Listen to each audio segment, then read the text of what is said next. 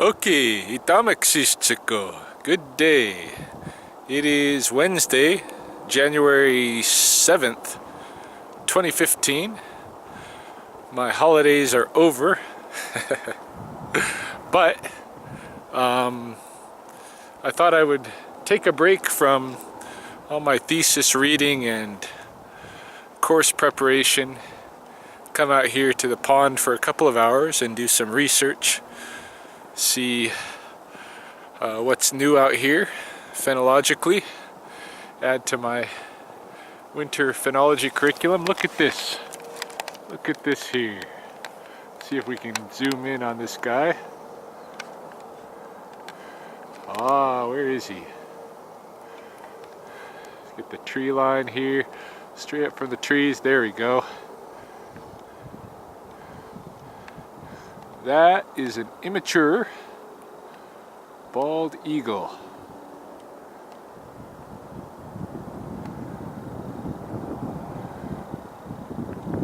And he's checking me out as much as I'm checking out him.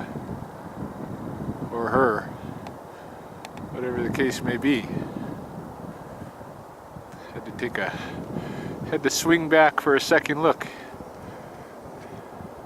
Cutting over toward the river.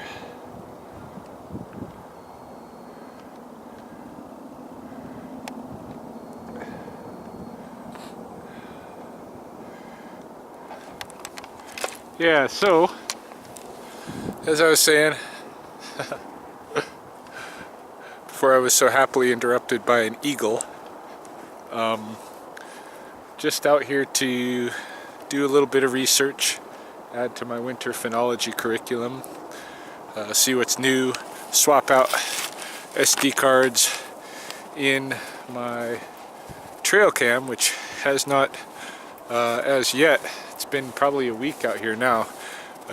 Wasn't picking up anything, so we'll see if after today it does. I have brought with me a package of beef liver, which I'm going to offer to the Magpies in gratitude for the help they've given me over the last couple of moon cycles out here. And just paying it back a little bit for them, bringing them a nice meal. But yeah, check out what's new out here. And yeah, so far out here I've seen a couple of magpies, and that's about it. I'm here in the North Wood, walking through. There are some tracks. I've come across some deer tracks. Looked like almost a herd back that way, small herd, but not surprising. I saw mule deers as I was driving in up the Coulee Valley, a small herd of them. Here we have a set of mouse tracks moving from one opening of the subnivean zone to the next. Lots of activity, I'm sure, going on under the snow at the Earth's surface, where it's warm enough to keep a little gap for the mice and such. I'm just going to show you the river here. So I'm getting close to the river. You can hear the traffic of Highway 3 up there. Yeah, I always think the river looks kind of awesome in winter. The kind of the blue-green coloration of it.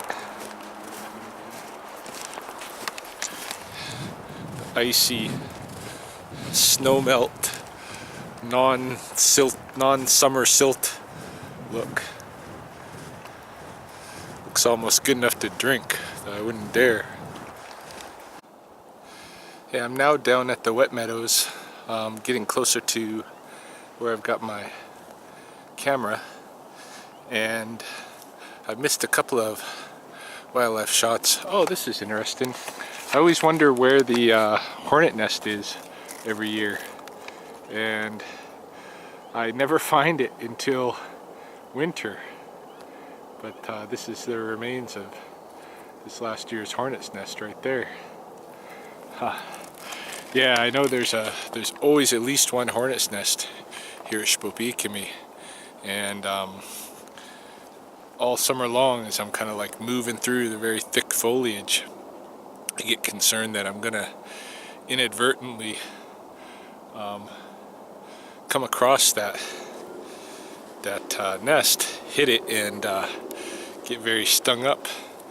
But I haven't done that yet. Not here. And every winter I find it. Now there it goes again. I don't know if you can hear it in the background. You probably just hear the noise of the traffic. But there are, oh, here maybe I can get a shot here. There's been ravens passing by overhead in pairs.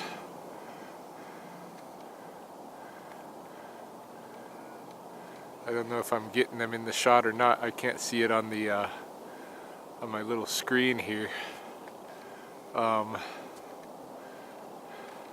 They've been flying very high past overhead, and in pairs and calling, and they've been going in both directions. So I don't know what's going on. They're definitely moving around. I'm seeing lots of pheasant and deer track, and in fact I just flushed up 4 ringneck pheasants from the wetlands here, from in this rabbit willow here. That's where they were. So I'm gonna go up, and I think I'll actually move the camera today. I know it's definitely gonna have some footage of deer and pheasant. At least the trail that I'm following, which leads to the camera, is worn. There's been animals passing by, so I'll be excited to see what's on there, and I'll tack it on as a appendix to this video. I also see there's a magpie hanging out. He's been kind of following me around. I'm gonna leave that beef liver out on the open pretty soon here for them to have at it. Yeah, so I'm here at the tree where I had the camera attached to. This is it right here. This big cottonwood here. The trail that runs past it definitely has some deer and coyote tracks on it, so they will be on there for sure. I took the camera off already. It was just right here. But I noticed this, which I didn't notice before when I was here. But this is a little cocoon, little insect cocoon, and whatever was inside of it has already hatched out. The top there, you can see this opening. I did find a cocoon like that before. It might be the same species, I'm not sure. Haven't tried too many of them, but I took one of those cocoons like that home, put it in a jar down in my basement, and waited. And what hatched out of it was a huge bumblebee mimic fly. It was a fly, but it looked so much like a bumblebee that at first it freaked me out. Like I had opened the jar and it kind of flew out, and it was loose in my house, and I was thinking at first that it was a bumblebee. It's all black, but big furry bumblebee looking, and but no, it proved to be actually a fly of some species. I've got old photographs, and that was maybe 3-4 years ago that I did that experiment. I'd like to repeat it because I'm not sure I ever got the correct identification of that one, but this cocoon here really reminds me of that. I wouldn't doubt if that's the cocoon of that same bumblebee mimic fly.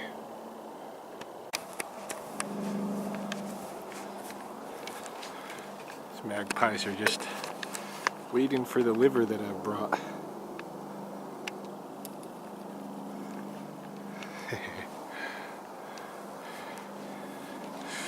They're gonna be happy because I'm going to set it down right out here. And look at my backpack. I'm not sure if I brought my perspective cam, but if so, put it out there and record the festivities.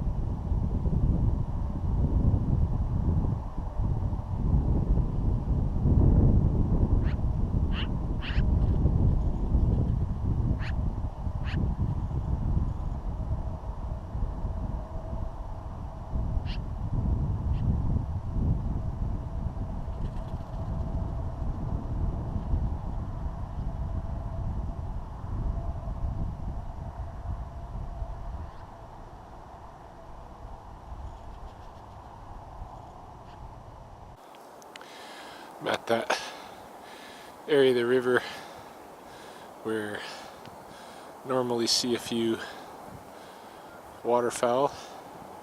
Looks like we've got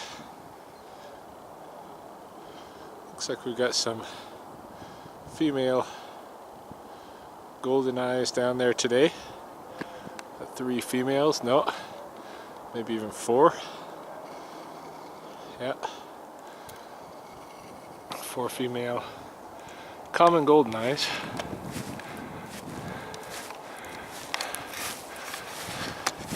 I think they're one of the species that the Blackfoot name was, the old Blackfoot name was lost, or at least we haven't been able to find it in any archival records or recordings or what have you. But you see golden eyes in some of the sacred bundles. And oh, there goes a male, I think. No, oh yeah, that's a male for sure.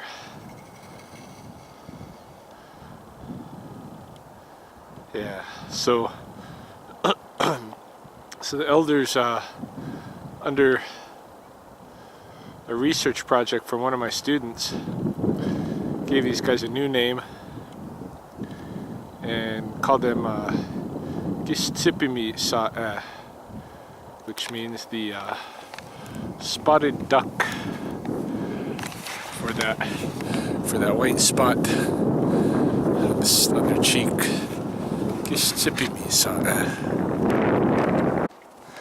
Yeah, just coming within sight of the South Pond Spring, and as I'd hoped today, we have at least the mallards down there, Sspopiikimi, and Blackfoot, meaning their red legs. This mallard couple, so those guys I can add now to the Urban Birding Challenge for Lethbridge 2015. I was kind of hoping that we'd also see the American widgeon, who had recently been hanging out with them, or the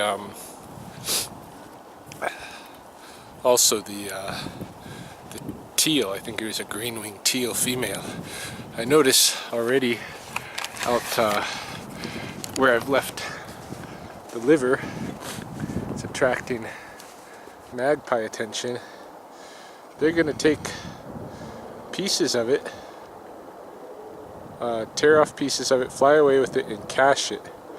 You know, of course they filled their, sorry about this shaky camera, of course they fill their belly really quick first with a couple of bites, but then they're going to take as much as they can, run off with it, stash it away.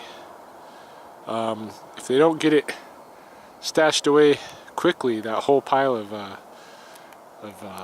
beef liver that I left out there, somebody's going to see what they're doing. Either the coyotes, or maybe a raven, eagle. Somebody's going to see that there's food over there, and they're going to come down and grab it. I'm going to take another look at these birds on the river here with my binocs. Alright, so what we actually have here are 3 golden eyes and 3 common mergansers, one male of each, and then it looks like maybe 3 female golden eyes with 1 male and 2 merganser females with 1 male. I also just heard the voice of the raven. They've been flying past very high today, but they'll definitely see that the magpies are up to something, so I'm going to dip into the owlwood on the off chance that the raven or somebody else might also come and join the feast before the magpies are able to clean up all of it. I had totally intended that liver treat, the package of beef liver, to be for the benefit of the magpie, but if somebody else gets a bite or two, that's good for them too. So I'm going to head down here and see if we can find the great horned owl, because for the Urban Birding Challenge, the first note of it was by sounding. Today hopefully it'll be by seeing as well. Coming up to the area of the owlwood where I normally encounter the great horned owls, I can see right up here, however, that the little porcupine, the little one, the yearling, or however old it is, but the smaller one we've been seeing, is up here in the trees eating. So yeah, we hadn't seen the small one really since it left. Well, it left the golf greens about maybe least one moon cycle ago. We saw one day out in the peninsula area, in the bullberries there, but now he's in the Owlwood, so he's moving slowly south. Yay, the owl is here. So camouflaged. See if I can get a good, he's right here in this, it's very hidden, right in there. See if I can get a better angle at him, but he's definitely camouflaged himself so good.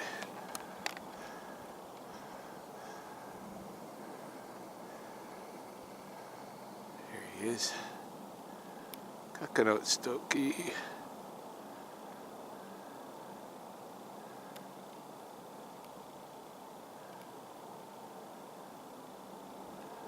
Still no partner. Still no partner. Either he's a widower or a young one, as we've been saying all along. So I'll just keep my eye on him. Use a better angle.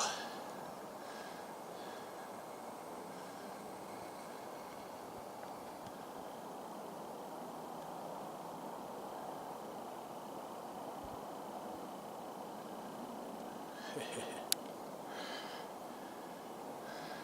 he's just like, hey, why don't you leave me alone?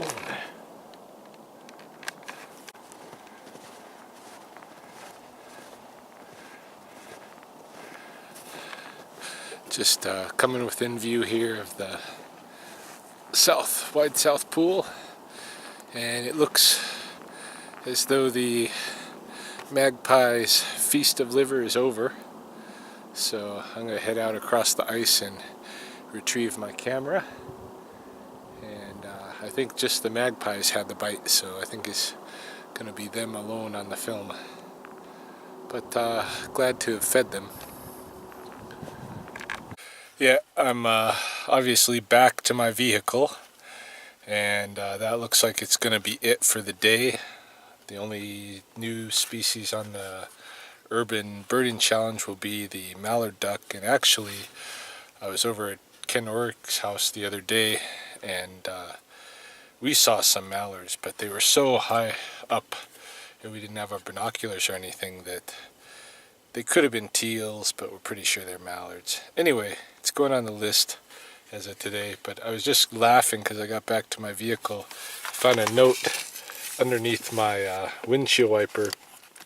I keep getting these notes when I come back here. This one says, still looking for the freaking widgeon. Jan, John Nightingale. Yeah, he keeps coming down here, finding my vehicle, but not finding me.